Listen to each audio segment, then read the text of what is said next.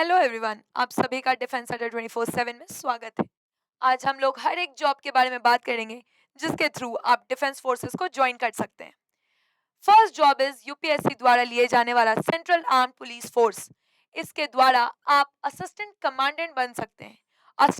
Assistant commandant एक gazetted force है और इसके लिए आपकी एज होनी चाहिए मैक्सिमम 25 साल, यानी कि 20 से लेकर 25 साल की अगर आपकी एज है तो आप सीआरपीएफ, एसएसबी, सीआईएसएफ, आईटीबीपी और बीएसएफ में असिस्टेंट कमांडेंट बन सकते हैं सीएपीएफ द्वारा। सीएपीएफ आपको एसआई बनने का भी मौका देती है। इसके लिए आपका ग्रेजुएशन होना अनिवार्य है।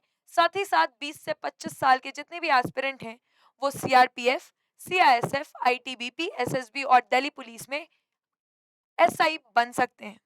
एएसआई के लिए आपका एज होना चाहिए 18 से लेकर 25 साल। यहाँ पर 12th पास होना अनिवार्य है। साथ ही साथ आपको स्टेनो आना चाहिए, यानी कि शॉर्ट हैंड आना चाहिए। भले वो पहले आपसे सर्टिफिकेट नहीं मांगेंगे, लेकिन अगर आप एग्जाम क्वालिफाई कर लेते हैं तो द सर्टिफिकेट बिकम्स नेसेसरी। और अगर आपने 12th पास किया है, साथ ही साथ आपको टाइपिंग आती है, आपकी एज 18 से लेकर 25 साल के बीच में है, तो आप सीएपीएफ यानी कि सेंट्रल आर्म पुलिस फोर्स में हेड कांस्टेबल मिनिस्टीरियल के रैंक पर भी जा सकते हैं 20 से लेकर 25 साल। और CRPF, CISF, ITBP, SSB, Delhi police में आप हेड कांस्टेबल बन सकते हैं। अगर आपने सिर्फ 10th पास किया है तो भी आप सीएपीएफ को ज्वाइन कर सकते हैं। आप सीएपीएफ में कांस्टेबल ट्रेड्समैन के पोस्ट पर जा सकते हैं। नेक्स्ट जो है वो है एयरफोर्स।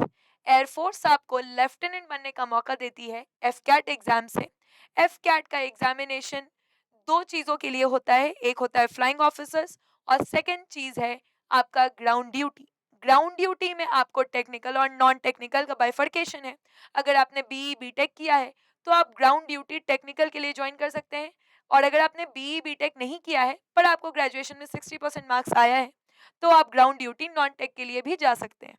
अगर आपने 12th में पीसीएम लिया है, यानी कि फिजिक्स, केमिस्ट्री और मैथ्स, तो आप एक्स ग्रुप को ज्वाइन कर सकते हैं। अगर आपने सिर्फ 12th पास किया और पीसीएम नहीं लिया है तो आप वाई ग्रुप को ज्वाइन कर सकते हैं एयरफोर्स में।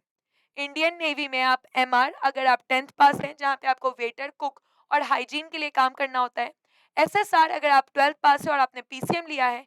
और एए यानी कि अप्रेंटिसशिप के लिए आप जा सकते हैं अगर आपने 12th पास किया है और आपने 12th में फिजिक्स, केमिस्ट्री, मैथ्स लिया है। अगर आपने 10th किया है या फिर आईटीआई किया है तो आप ट्रेड्समैन के लिए भी जा सकते हैं। जो सबसे बड़ा एग्जाम डिफेंस में होता है वो होता है यूपीएससी द्वारा लिया गया सीडीएस एग्जाम। इसके लिए ग्रेजुएशन होना चाहिए। साथ ही साथ आपके ग्रेजुएशन में कितने भी परसेंट आए उससे यहाँ पे कोई भी दैट इज नॉट इम्पॉर्टेंट। पर सीडीएस यानी कि कंबाइंड डिफेंस सर्विसेज में आपको एफकैट द्वारा एयरफोर्स जाने का मौका मिलता है। यहाँ पे भी आपको एयरफोर्स में जाने का मौका मिलता है।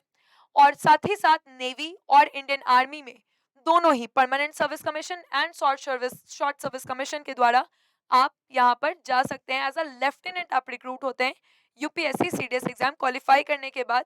और इसके बाद आपको एसएसबी भी क्वालिफाई करना होता है जो कि 5 दिन का होता है। एसएसबी में आपको रिकमेंड होना होता है। तो यहाँ पे एज लिमिट है 20 से लेकर 24 साल। बीएसएफ हेड कांस्टेबल का रिक्रूटमेंट आता है। यहाँ पे आपको दो चीज के लिए रिक्रूटमेंट आता है, यानी कि रेडियो ऑपरेटर और रेडियो मैकेनिक। इसमें 12th pass with physics and maths या फिर आईटीआई जो कि mechanical and electrical engineering, electrical and mechanical आपने आईटीआई किया हो। एज आपका होना चाहिए 18 से लेकर 25 साल। अभी कुछ साल पहले दिल्ली पुलिस में वायरलेस ऑपरेटर का भी नोटिफिकेशन आया था। फॉरेस्ट गार्ड और वाइल्ड लाइफ गार्ड भी डिफेंस के अंदर आता है। यहाँ पे आपको रेंजर तक का मौका मिलता है। 18 से लेकर 27 वर्ष के लोग यहाँ पर फॉर्म भर सकते हैं। कांस्टेबल जीडी रिक्रूटमेंट, अगर आप नंबर ऑफ वैकेंसीज को देखेंगे तो सबसे ज्यादा वैकेंसी यहाँ से ही आती है। कांस्टेबल जीडी रिक्रूटमेंट के लिए आपको सिर्फ 10th पास होना है। साथ ही साथ इसमें रिजर्वेशन का भी आपको फायदा मिलता है। अगर आप कैटेगरी से आते हैं तो आपके पास सर्टिफिकेट होना चाहिए और आपको यहाँ पे रिजर्वेशन का पूरा पूरा फायदा मिलेगा। रेलवे पुलिस फोर्स में कांस्टेबल और एसआई।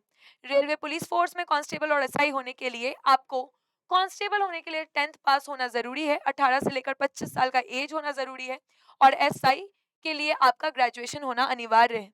साथ ही साथ कोस्ट गार्ड में कोस्ट गार्ड में आपको नेविक जीडी जो कि जनरल ड्यूटी है, इसके लिए 12th में फिजिक्स केमिस्ट्री मैथ्स होना चाहिए।